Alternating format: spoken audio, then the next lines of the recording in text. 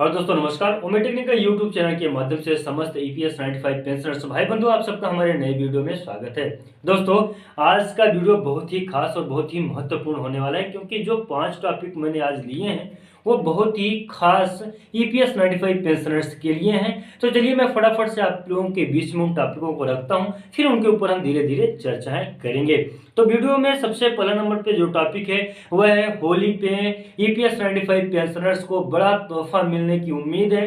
तो हम लोग आज के इस नए वीडियो में जानेंगे क्या सच में ईपीएस 95 पेंशनर्स को होली पे बड़ा तोहफा मिल सकता है या ये भी एक फेक खबर है। चलिए दूसरा नंबर का जो टॉपिक है पेंशन योजना की न्यूनतम राशि बढ़ाने का अनुमान, पीछे भी आप देख रहे होंगे।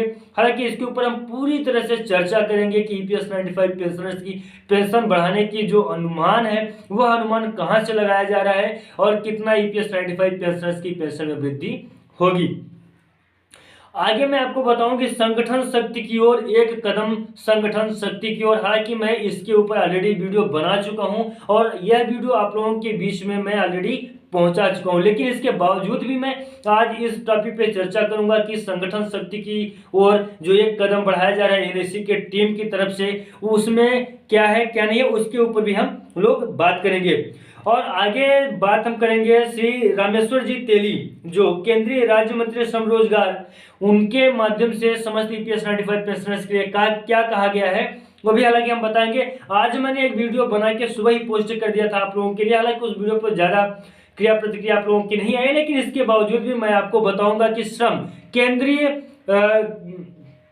केंद्रीय राज्य मंत्री और श्रम रोजगार कार्यालय की तरफ से क्या बड़ी अपडेट आ रही है समस्त ईपीएस 95 पेंशनर्स के लिए, उसके ऊपर भी हम चर्चा करेंगे। बने रहें आप हमारे वीडियो में। आगे जो है ओम शंकर तिवारी जी द्वारा बहुत ही बड़ा बात कह दिया गया है। ओम शंकर तिवारी जी जो ऑल इंडिया के जितने भी ईपीएस 95 पेंशनर्स हैं उनके अध्यक्ष हैं, ऑल इंडिया ईपीएस 95 पेंशनर्स अध्यक्ष, ऑल इंडिया एनएससी टीम अध्यक्ष ओम शंकर तिवारी जी एक बहुत बड़ी सभा, बहुत बड़ी बैठक बुलाए। उस बैठक के माध्यम से एक बात जो कही है ईपीएस 95 पेंशनर्स के लिए वो बहुत ही महत्वपूर्ण बात हो सकती है। तो दोस्तों फटाफट मैं इन टॉपिकों के ऊपर वीडियो को शुरू करता हूं, लेकिन वीडियो को शुरू करने से पहले आपसे छोटा सा रिक्वेस्ट रहता है कि अगर आप हमारे यूट्यूब चैनल को अभी तक सब्सक्राइब नहीं किए हैं तो चैनल को सब्सक्राइब कर लें। साथ ही साथ ईपीएस 95 पेंशनर्स की पेंशन में वृद्धि के लिए आप इस वीडियो को आगे तक शेयर करें, फॉरवर्ड करें।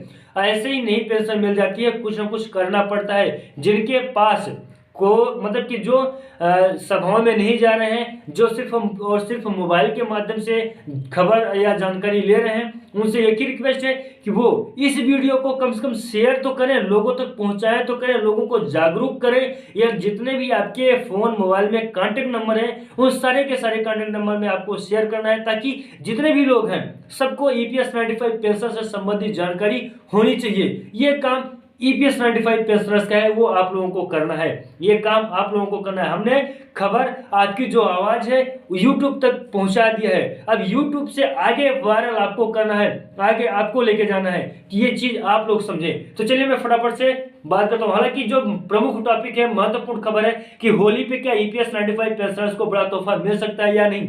एक यूट्यूब चैनल के माध्यम से इस खबर को प्रकाशित किया गया था, दिखाया गया था, लेकिन मैं आपको बताना चाहता हूं स्पष्ट रूप से कि कोई भी संस्था के माध्यम से अभी तक यह खबर नहीं आई है कि होली पे ईपीएस 95 पेंशनर्स को बड़ा तोहफा मिल सकता है। ये बिल्कुल मैं एक प्रकार से समझ लीजिए मिथ्या है, झूठा है।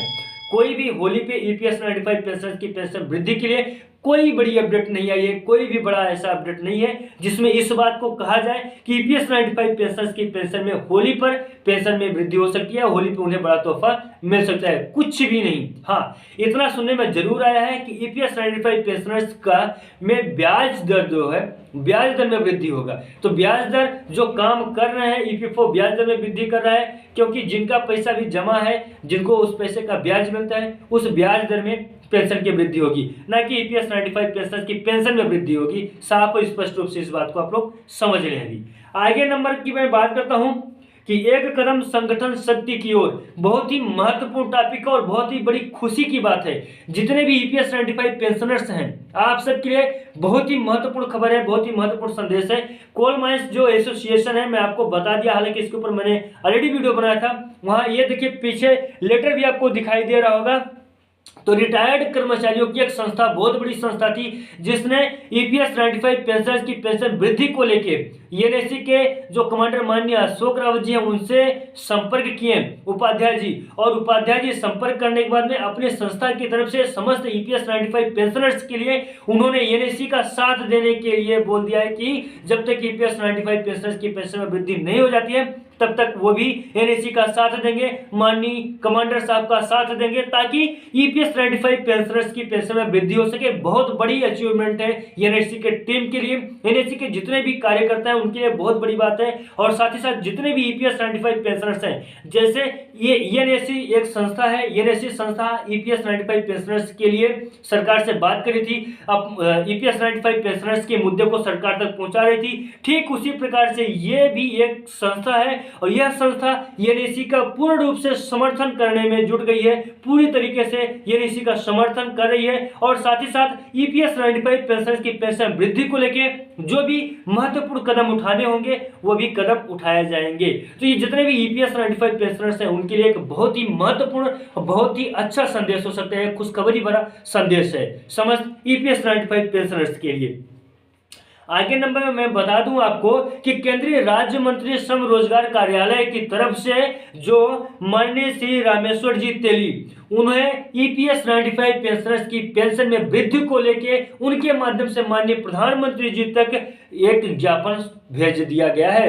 हालांकि मैं आपको बता दूं कि केंद्रीय राज्य मंत्री श्रम व रोजगार कार्यालय से यह खबर निकल के सामने आ रही है कि ईपीएस 95 पेंशनर्स की पेंशन की जो ये ज्ञापन है वो माननीय प्रधानमंत्री तक एक बार फिर से पहुंचाया जा चुका है। यानी कि माननीय प्रधानमंत्री जी को बार बार ज्ञापन दिए जा रहे हैं, माध्यम अलग होते जा रहे हैं, लेकिन माननीय प्रधानमंत्री जी तक ज्ञापन पहुंचाए जा रहे हैं। आगे की मैं बात कर लूं ओम शंकर तिवारी जी, ये देखिए ऑल इंडिया जितने भी ईपीएस 95 पेंशनर्स हैं, all India EPS 95 pensioner NSC team के अध्यक्ष हैं ओम शंकर तिवारी जी। इन्होंने एक बहुत बड़ा सभा का गोष्ठी का आयोजन किया और उस सभा गोष्ठी में सबसे पहले तो मैं बता दूं कि नारा लगाया गया, पीछे आप देख ही रहे होंगे, नारा लगाया गया। उस नारे में साफ और स्पष्ट रूप से ये बात को कहा गया कि जो पेंशनर्स का काम करेगा वही देश पे राज्य करेगा, जो पेंशनर्स का काम करेगा वही देश पे राज्य करेगा, इस प्रकार का नारा लगाया गया। और साथ ही साथ नारे के साथ साथ में उन्होंने अपने भाषण में भी समस्त ईपीएस 95 पेंशनर्स को संबोधित करते हुए समस्त ईपीएस 95 पेंशनर्स को उनका हक, उनका बढ़ा हुआ पेंशन बहुत ही जल्द दिलाने की बात की है। और सबसे महत्वपूर्ण बात यह है कि अगर चुनाव हो जाता है, चुनाव तक अगर ईपीएस 95 पेंशनर्स की पेंशन में वृद्धि नहीं हुई तो वो एक बार फिर से विरोध प्रदर्शन और आंदोलन भी करने की बात कही है। उन्होंने एक बताया कि जो हमारी रणनीति बन रही है, जो एनएससी टीम की रणनीति बन रही है, उसी रणनीति के तहत समस्त ईपीएस 95 पेंशनर्स को उनका हक यानी कि बढ़ी हुई पेंशन की रकम उनको दिला के रहेंगे। तो ओम शंकर तिवारी जी द्वारा बहुत ही महत्वपूर्ण यह कदम उठाया गया है।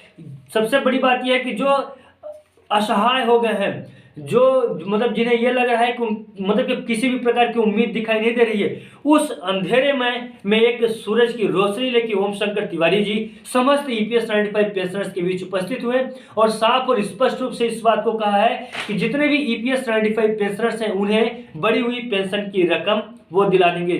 तो दोस्तों ये थे महत्वपूर्ण बड़े अपडेट। अब इसके साथ साथ में और भी बहुत सारे अपडेट्स हैं, जैसे कि ईपीएफओ से एनएससी की बात हो गई है। हालांकि मैं वीडियो काफी लंबा होता चला जा रहा है, मैं इसे किसी दूसरे वीडियो में कवर कर दूंगा। तो दोस्तों आज के लिए बस इतना ही था। तो दोस्तों आज का वीडियो आपको कैसा लगा, आशा उम्मीद करता हूं कि हमारे द्वारा जो भी जानकारी आप तक दी जाती है वो सही 100% सही जानकारी होती है और आपको जानकारी पसंद आती होगी। तो हमारा आपसे यही रिक्वेस्ट है कि इस वीडियो को शेयर करें, उन लोगों तक भी पहुंचाएं जो ईपीएस 95 पेंशन के बारे में जानते हैं और उन लोगों तक भी पहुंचाएं जो ईपीएस 95 पेंशनर्स के बारे में नहीं जानते हैं, ताकि उन्हें मालूम पड़े कि ईपीएस 95 पेंशनर्स कितना ज़्यादा परेशान है और कितना ज़्यादा लाचार है। आपको हमारा वीडियो कैसा लगा कमेंट कर आप हमें बता सकते हैं। और साथ ही साथ अगर अभी तक आपने हमारे YouTube चैनल को सब्सक्राइब नहीं किया है तो सब्सक्राइब कर दें, वीडियो को लाइक कर दें और वीडियो को शेयर भी कर दें। तो चलिए दोस्तों मिलते हैं किसी नए वीडियो में और नए अपडेट में, तब तक के लिए नमस्कार, जय हिंद, जय भारत।